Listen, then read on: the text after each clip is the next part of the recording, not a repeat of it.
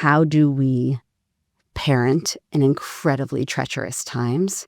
How do we answer our children in ways that are honest, that can respond to what they see in the world? I really did feel this in the bunkers during the Iran onslaught. Me and one of my kids were in Israel during that time.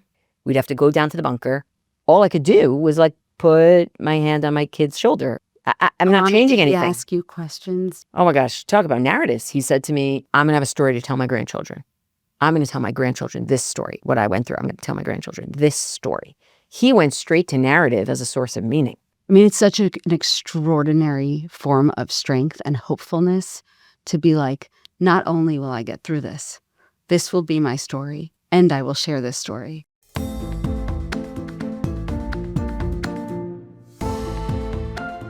Hi, everyone. Welcome back to TEXTing IRL, Ideas for Real Life, where we wrestle with the big dilemmas of our time through the lens of classical and modern Torah texts. I'm your host, Elana Stein Hain. We're recording on January 6th, 2026. What stories do we pass down to our children? This is an essential question for Jewish continuity. By stories, I mean how the world works and how we're supposed to work within it. But it's fraught, both because our children often understand the world differently than we do, and because the world itself is changing. Sometimes we ourselves don't quite know how to make sense of what we see before our eyes, and the reality around us undermines the values we hold dear and the values we're trying to instill in our children. We care about education, but there are shootings in our schools, and people don't feel safe. We care about being a good person, but it gets you nowhere in politics. We care about partnering with others and giving people the benefit of the doubt, but violence against Jews is on the rise despite our best efforts. This week in synagogues around the world, we're going to be talking about the importance of passing down stories to the next generation. But we need to ask ourselves, what happens when there's an incoherence in those stories? To think about this, I've invited a treasured guest of the show, Dr. Tamara Mann Tweel. She's been on the show talking about gratitude, and now she's going to be on the show for 3 episodes on the book of Shemot, Exodus. She's a fellow at the Kogod Research Center at the Shalom Hartman Institute of North America. She serves as the Senior Program Director for Civic Initiatives at the Teagle Foundation. In a previous role, she was the co-founder and executive director of Civic Spirit. It's a civic organization serving Jewish and Catholic schools across America. She's an educator, an executive, a mother and a daughter who's shaped by her communities, her family, and her country. Welcome back to the show, Tamara. I'm so happy you're here. I'm so happy to be here, Elana. Thank you so much. Well, you are indeed a treasured guest of this show, and I love learning with you. So I feel the same way. It's a gift. Thank you. So we're looking at Parashat Bo, this week's Torah portion, this week's Parsha. Focus on the ability to pass down narratives is very strong, right? We're going to give them a coherent portrait. I'll just give you one verse of the many that talk about that. V'haya ki yomru elechem b'nechem, when your children say to you, ma avodah zot lechem, what exactly is this ritual that you're doing? V'amartem, you say, zevach pesach hu Hashem, this is a Passover sacrifice to God, asher pasach al batei b'nei Yisrael b'Mitzrayim, who passed over the houses of the children of Israel in Egypt, b'nogpo et Mitzrayim, when God was actually plaguing the Egyptians with the death of the firstborn. God passed over our houses. Vet batenu hitzil, God saved our homes. And vayikod ha'am vayishtachavu, and by the way, we add here, everyone bowed in homage when they heard this. But this is amazing because it's so clear. It's the allure of having a very clear story to tell when your child asks. I know we're going to spend the majority of this conversation coping with the exact opposite of this. Mm-hmm. But I do want to pause and just say how comforting it is to be told what to say when your children, I'm a parent and I get the gift of countless questions. Yeah. And to have a moment where you're anchored in what you're supposed to say. Yes. To have some confidence that like, okay, my job here is to pass down this story, to give them this answer. Yeah. There's a great comfort and clarity in that I have to say it feels extremely rare. Okay, but good. Let's go from that very comfortable place to somewhere a little bit uncomfortable. Okay, because Jewish tradition does not just give us the smooth version of things, we also have examples where, the next generation looks and says, there's something that doesn't really make sense about your story. That especially the way you're saying we're supposed to walk through the world, I really agree with you. Something's off about it. Reminds me of when my kid said to me at the Pesach Seder one year, this was the COVID Pesach Seder, where we were having ourselves, and he says, well, what's the story the Egyptians tell about the Exodus from Egypt? I love your And I was like, dun, dun, dun. Wow. What am I supposed to do now? Right? So I want to give an example. I'm grateful that the sources do both. Yes. They give us moments. Correct. As parents, we are supposed to be anchored in clarity and a story. And then they also deeply acknowledge that our children are going to ask us questions that are so true and destabilizing that we will not know what to do. Well, so this is the Babylonian Talmud in Eruvin on 53b. I mean, what's interesting, it's Rabbi Yeshua ben Hanania, and he's basically saying there was a time, he tells a few stories where he was bested by people he didn't expect to be bested by. Oh, wow. And one of them is about a little girl. And it's not his little girl, but it's about a little girl. And it goes like this. Pa'am achat hayiti mahalech baderech. Once I was walking on the way. V'hayta derech overet basadeh. And, there was a shortcut that was going through somebody's field. So I walked through the shortcut. Meaning, why should I walk on the regular public thoroughfare path if it takes longer, if there's a shortcut, even if it goes through somebody's, field, their backyard? Okay, I'm going to go through it, right? And this little kid is seeing it and says, So it says, Amar li tinoket achat. A little girl says to me, Rebbe, my teacher, right? Yeah. So I just want to point out, there's a reverence, right? Lo sadeh hizo. Isn't this a field? Meaning, isn't this somebody's field? This is not the public thoroughfare. Why are you walking through there? And I love the fact that it's a question. Like she genuinely perhaps finds it shocking, or maybe she can't. Or judgment. Correct. Or maybe she can't just say it. She can't just say, hey, you shouldn't be walking there. She has to do it in a Socratic method because it's more reverential in some way, maybe. And I mean, he's been caught red-handed here, and he needs to offer a justification. So Amartila, he explains to his audience here, no, derech kfushahi, it's a trodden path already. Some people read this as like continuing the Socratic method, where he says, lo derech kfushahi, isn't it already a trodden field? Meaning, yes, he is actually trying to justify and say, no, this is the way it's done. Like, this is a decriminalized thing. Yeah. When there's a trodden field, everybody walks through it. Like, that's okay. It's as though you have permission. It's fine.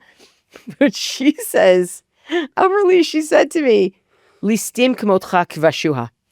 Actually, thugs like you are the ones who trod that path to begin with. And this is amazing. He went from her teacher to being a thug. Yeah. That's what she calls him. Listim, like a bandit. That's what she calls him. And it's basically, she's not buying his story. She's really not. She's not buying his story. I love this story so much. To me, it's like, it's everything right now. And I want to just pause for a minute and see it through the perspective of the rabbi. Like, oh, yeah. Just how do you explain a fraught world to a child? And by the way, in the end, he thought it was flimsy himself. I know. Because he said she bested me. Yeah. He realized it was flimsy. I know. Because there's so many components to it. He knows that it's a lie. Like, he sort of admitted that. Or knows that it's not fair that this is the way the world works. Yeah. She's right. It shouldn't be like that. Yeah. Just because some thugs started this, we continue that way. But it also hits for me, like, how do I explain to my child how fearful I am for you and that I am willing to do moral compromises to protect you? You want to move from he's doing something that's going to get him somewhere faster, which that's just a moral compromise. The world is built on moral compromises. I mean, that's the being in the real world. And now people say it's the real world. And he realizes when it comes under scrutiny that actually some of those compromises are actually pretty morally flimsy. Like when it comes down to it. And you're saying what happens when actually some of the compromises that our children see us making are compromises that we're making to try to protect them.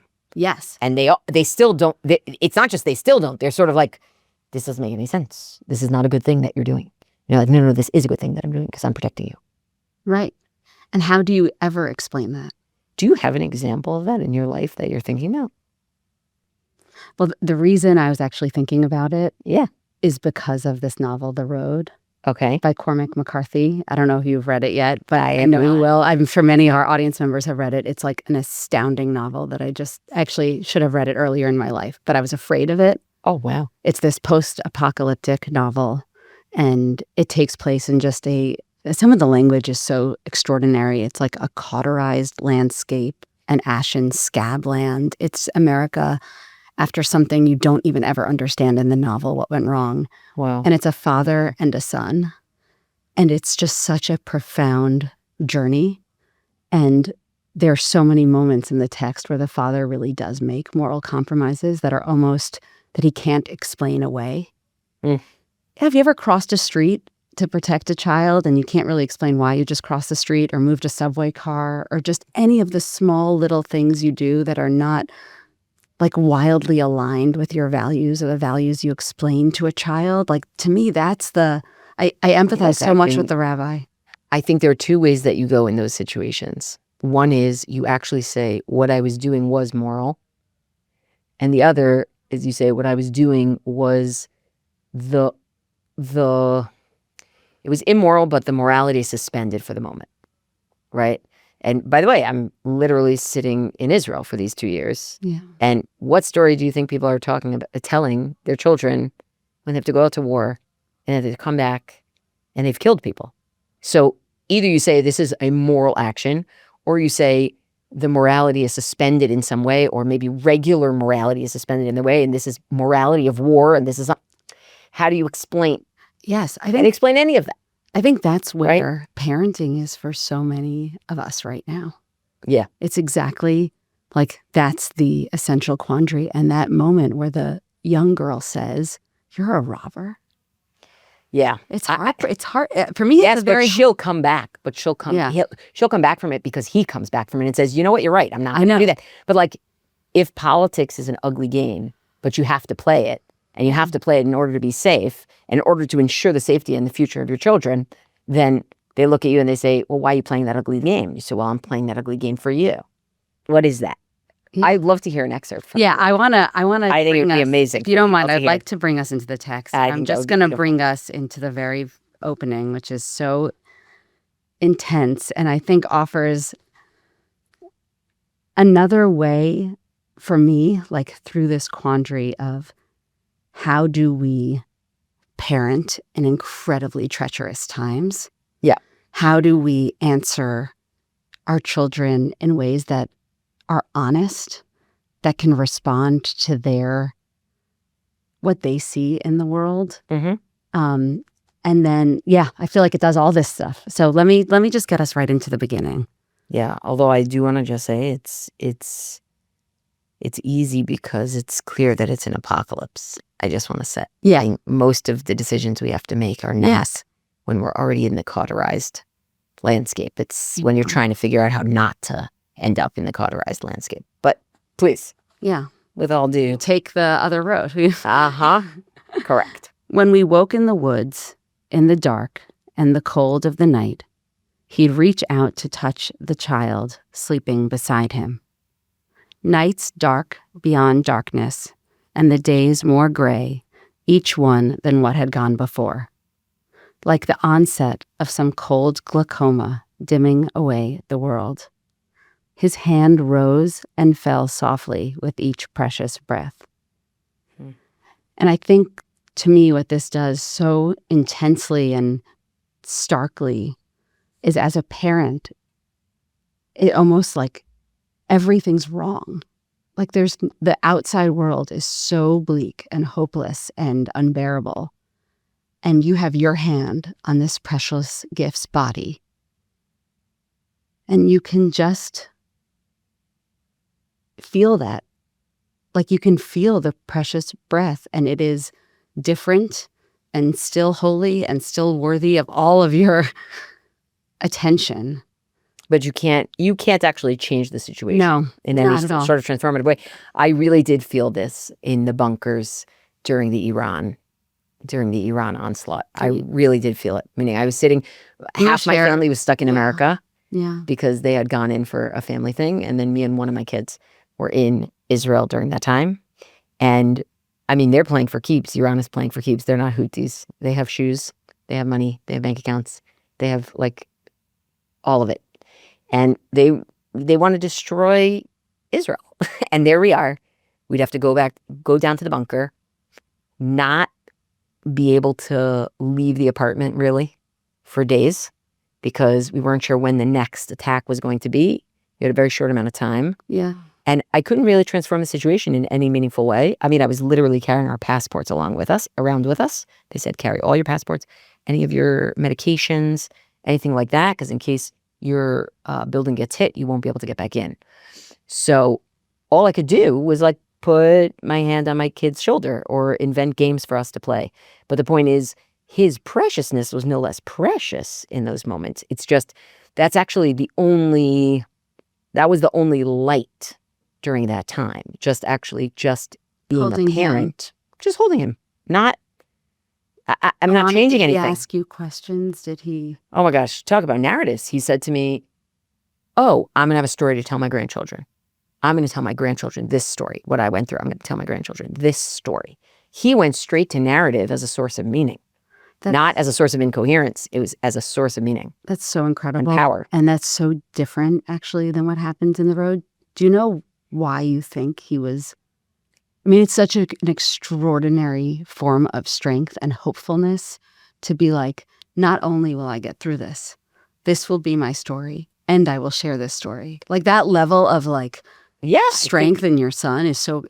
I actually think that's what gave him strength, meaning the idea of there will be a story to tell after this. I will be able to share this story. I'll be able to pass it down to somebody.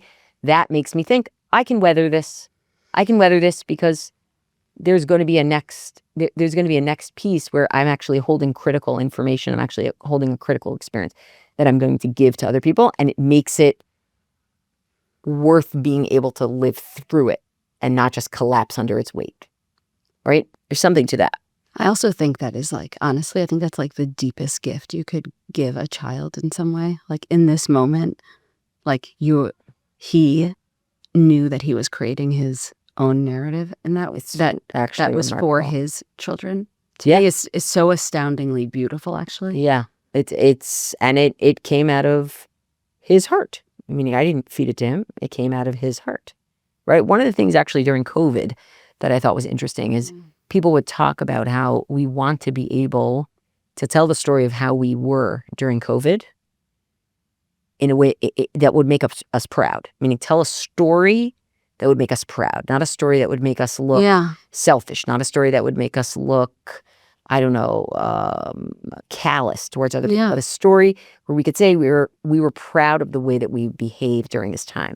And I think that's also interesting. It's a power of the motivation that you will have a story to tell actually motivates you in this time. And that's why I think it's actually very difficult when people's stories fall apart, whether it's a story of American Jewry telling itself or it's a story of Israeli Jewry telling itself, meaning when it falls apart, you're sort of like, wait, what am I doing this for if my understanding of how the world works and what it's supposed to be and what I can do in it doesn't actually make sense? Oh my gosh, can I give you one other scene that I want to hear it. Yeah. And I just imagine it through the lens of the Father and then imagine it through the lens of the Son. Right.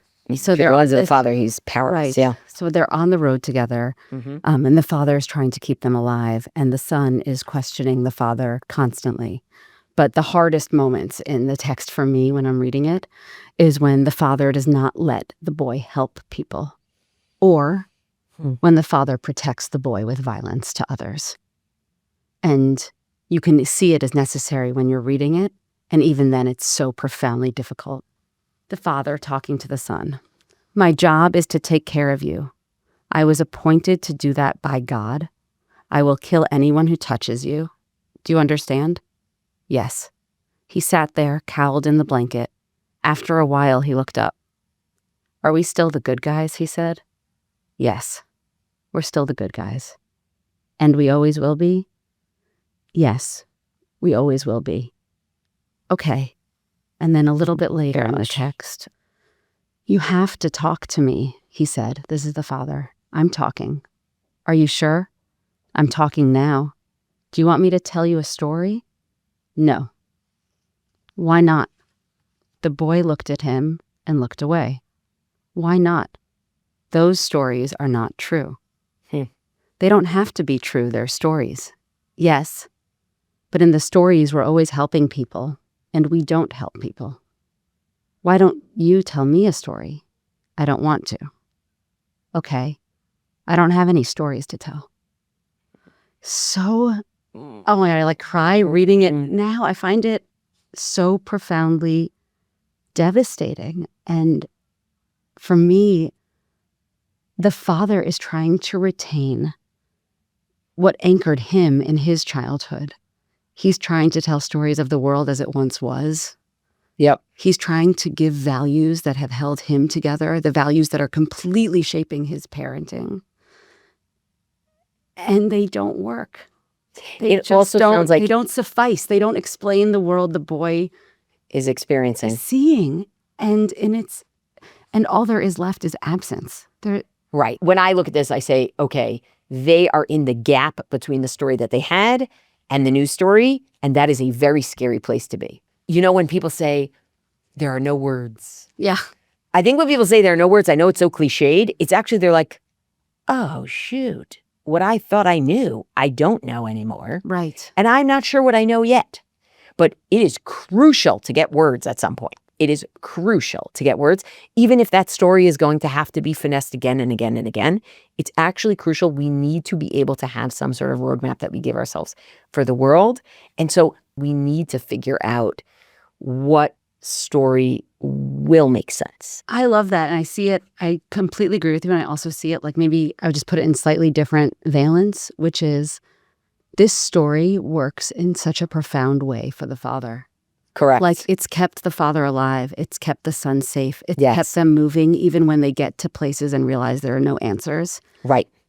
And something else has worked for the father. Yes. This profound sacredness he experiences in his son in such a deep way. Like it gets him through something. Yes. And I think for me, anyway, as a parent, when I'm faced with these stories that are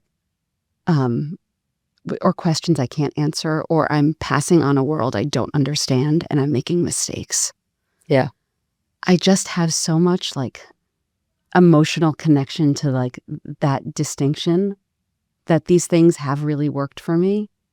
And I'm at a place where they're not working for my child. Right. And just living in that a little bit, like, do you know what I mean? Like, I know. I agree with you. We need the next story, but it's not that his story itself doesn't work. It's that it's not the story that we need to pass down at that moment because it's not connecting to the reality of the face. You need to actually, there's some way that the story doesn't work anymore because the world has actually changed. Yes. Right? But when that's the case, actually trying to force that same story could be destructive. Right? Meaning if I'm going to give the example of like, you know, the American exceptionalism story for the Jewish people, right? Meaning if I keep on that story of like, no, it's great and this is a blip and this is that, I actually think that could create a kind of destructive naivete for the next generation. I'd rather them turn to me and say, no, Mom, you're nuts. I understand you have your understanding of what it was like in the 90s. 90s were great. Super golden age. Right now, we have certain challenges and we have to meet those challenges, right? And they have to meet those challenges where they are, right? Now, the opposite that happens is like what happens when I'm sort of like, whoa, everything around me has changed. And they don't see that change at all. They're like, no, everything's fine. It's just, this is a little challenging. And this is, so I think this is very, very hard because at one and the same time, my child is actually the source of a tremendous amount of incoherence. And you're telling me that he really, it's his child's existence that actually is motivating him to go on, right? It's an interesting thing. I know you have another scene. Well, I know. I just want to say, I feel like I'll tell you where I've sort of moved with this a little bit. Okay. And everything changes every second for me, so I reserve the right to change my mind tomorrow. I don't think you're alone in this. But I feel like I have been doing that to my kids, like that blip, like this is a blip, this is a this is a that. And reckoning in such a serious way as someone who is now middle-aged. Yep. And just being, and really with so much humility about the gifts of the world I inherited versus what my children are inheriting. And just with a lot of humility that things are hard for them, or hard for this moment. Maybe things will get, God willing, things always get better, but there have been some really hard moments. Yeah. In a way that I didn't face in my childhood. Correct. And not trying to explain that away. Right. And trying to be like, and also not trying to over-explain it. Like, I might not be the best interpreter of our moment either. And I think, correct. And I just want to give you the answer that I love for this. And okay, let's hear it. Let's hear it. But this is the thing I've been like, so the father's dying. He's about to die. Yes. And this scene just stays with me so much. He'd stop and lean on the cart, and the boy would go on and then stop and look back. And he would raise his weeping eyes and see him standing there in the road, looking back at him from some unimaginable future, glowing in that waste like a tabernacle. And I just imagine the father seeing this treacherous world, and then in the middle of that, he sees this profound, holy, glowing beauty of his son, which he connects to a tabernacle, and the idea that you could pass on that sight. Like his last vision of the world is his son in that way. Like if I could give that, if you can give over that as a parent to me, it's like the way we get to see them, no matter how destabilizing and confusing and insufficient answers are. Yes. Can we give over the sight we have towards our children? Wow. Meaning you want actually the story we tell our children to not always be this cosmology of the world, but actually the story of you are it. You know what I mean? Meaning you're it. So tabernacle, you can be in the wilderness, you're still a tabernacle. You can be, what can that allow them to weather? What can that allow them to do? How can that allow them to think? Meaning in some ways you're saying, yes, you can tell all the stories you want about the world. Tell the story that you as a parent know better than anyone else, which is you, my child, next generation, you got it. You matter. You're even holy, and you're holy to me, right? And how does that allow people to live, even if they can't transform their reality? Yeah. How does it allow them to live differently, even in the midst of a wilderness, I think is an interesting question. You're reminding me as we close up, I just want to say for people who are listening, it sounds like we've done everything from, try to change your story to let them find their own story. And I love where you're landing, which is actually tell them the story that a parent's supposed to tell to their child, which is you are great. You know what I mean? Like that's the story we're supposed to tell. It or actually, to me, I see such holiness in you. Yes. Not like you're the best. Not but I get to, as your parent, I don't have to. I don't always have to provide a perfect world for you, or a world without challenges, or even a safe world. And what it means is when your parents ask, when the child asks, the fact that you have a child to ask, the fact that there's a child there, that is in some ways the continuation of the story in one way or another. It might not look exactly the way you think. I also just want to acknowledge, in that sense, it's easier for the parent. Yes. I really want to make sure to say that. Yes. It can be easier for the parent. Correct. Because we have that to look, we can look at that. Yeah. We look at that as our continuity. Yeah. Well, Tamara, thank you. Appreciate you so much. I think, this was a more evocative conversation, I think, than some of the ones that we've had in the past. It's not detached in any way. And I think a lot of people are thinking about this. So I want to thank all of our listeners for joining us. And I want to thank you for joining. Oh, it's my pleasure, Elana. Thank you.